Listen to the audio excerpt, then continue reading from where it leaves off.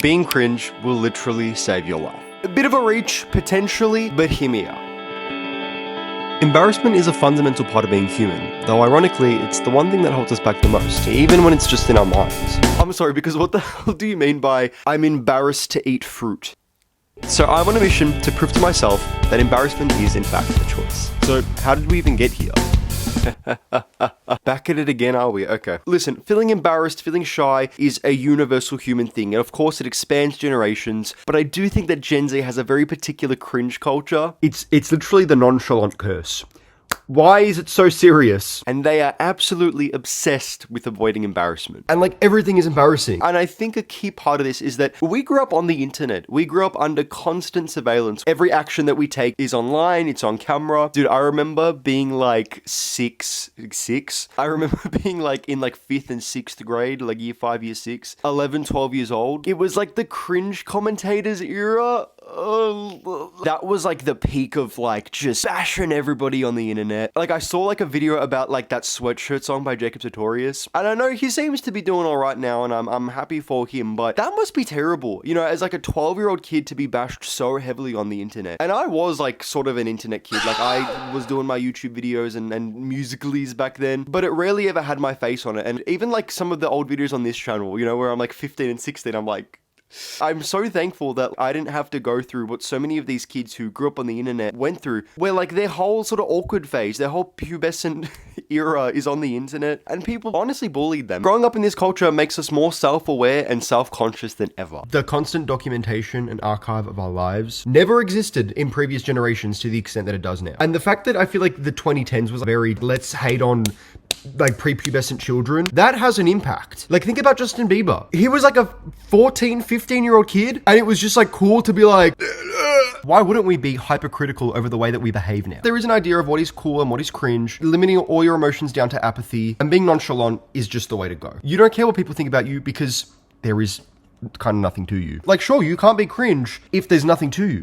Nonchalance is boring. I'm sorry, I said it. Anyway, so that's how we got here. So what if you actively choose to be embarrassing? I do think the ones that we admire the most fear cringe the least. In any field you can find it, you know, there is this sort of fear of trying too hard. I think especially in Australia, you know, we've got like the tall poppy syndrome idea, which as bad as it sounds is honestly about cutting down people who try too hard. But this is the exact same culture that does hold us back from wanting to chase our dreams. But it also is true. Every time you do put yourself out there or you do want something, you're sort of opening yourself up to be seen as trying, to be seen as cringe. It can be embarrassing. I've posted a lot of videos on the internet, and I think when I was younger, I didn't care as much just because I was a kid and I was just having fun with it. But as I've gotten older, I've realized that I've held back so much. Like there are so many videos I've wanted to post, and I've even like, I haven't even let myself work on or begin to work on just because I'm like, no, this idea is too big. It's too cringe. Perspective shift. I went a bit too in your face there. I'm sorry about that. That was a bit. Because also on the flip side, taking yourself out of your comfort zone, doing something a little bit embarrassing is also proof that you're living. Living a shell of a life and sitting in your bedroom all day, doom scrolling. Will you be embarrassed? Not necessarily. You're not putting yourself out there. Nobody's watching you. But I also do not think it's a very good life. We're in the age of content creators. Let's say you got a really niche hobby. You want to make some videos about it. You're putting your face and your personality out there. You know, maybe the only people that watch that video are some kids from high school, and they're kind of gonna.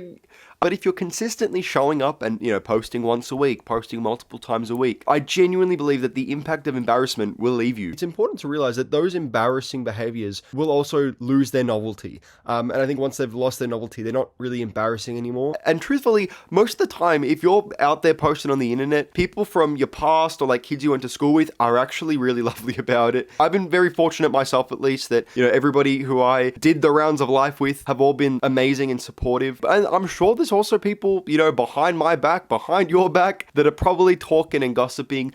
But who cares? Those people are also not worth your energy at all, because they can't do it themselves. All right, that's all that says about them. Like, guys, I used to make videos of little toys talking to each other, like for like most of high school. No one ever said anything to my face, right? And I'm sure it's because like whatever, because I got views. And it was like my job. I'm sure people spoke about it. Like, it was weird. I said that really mean. I want to preface, it was weird on a conventional level. Like, it wasn't weird to me, you know, or the community. Let me tell you, that ride or dies, the plastic toy community. Act 3.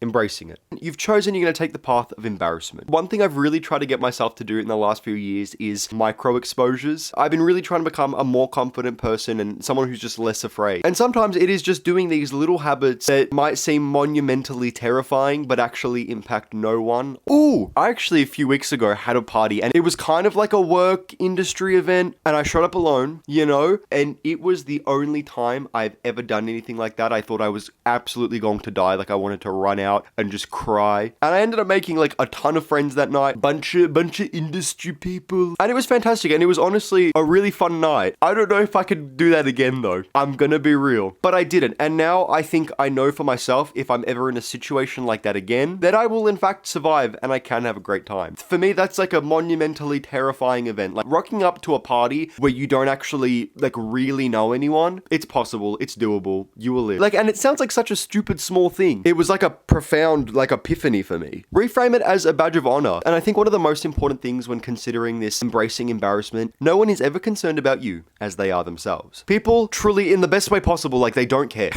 People are far too preoccupied and concerned about how they're embarrassing themselves and about how everybody's perceiving them that 9 times out of 10, they're not even noticing that you exist. That sounds mean, but and this is great because it means that you can live your life freely. You know, you can go out in public, you can vlog, you can dance. Oh, is that a song? I want to dance at the party alone. I made that up. And I do think there is like a kind of a societal shift. By societal shift, I mean, I've seen more TikToks about it in my TikTok echo chamber. I think that's a fantastic thing. More people are letting go of this deep-seated fear that cringe culture is the be-all and end-all. And it's hard to break from these beliefs that a lot of the times are kind of built very deep down. And truly, I think even more optimistically, I feel like a big part of this like shift in culture is that Gen Z is getting older. A lot of us, if we're not in our late teens, are going into our early adult years, and we're letting go of a lot of that teenage insecurity, which I think is honestly fantastic. That's one of the things that I'm so excited like to do with getting older. One thing I always hear is that, you know, as soon as you enter your 30s, your 40s, 50s, 60s and onwards, you stop caring what people think of you. And I mean, this is so fair when I think about my parents. They just go out and live their lives. They couldn't care. Like,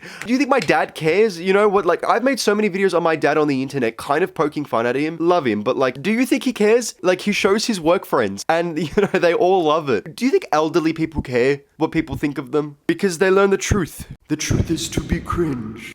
Sorry. And I think that is honestly an optimistic closing note. So try doing something this week that feels embarrassing on purpose. Goodbye!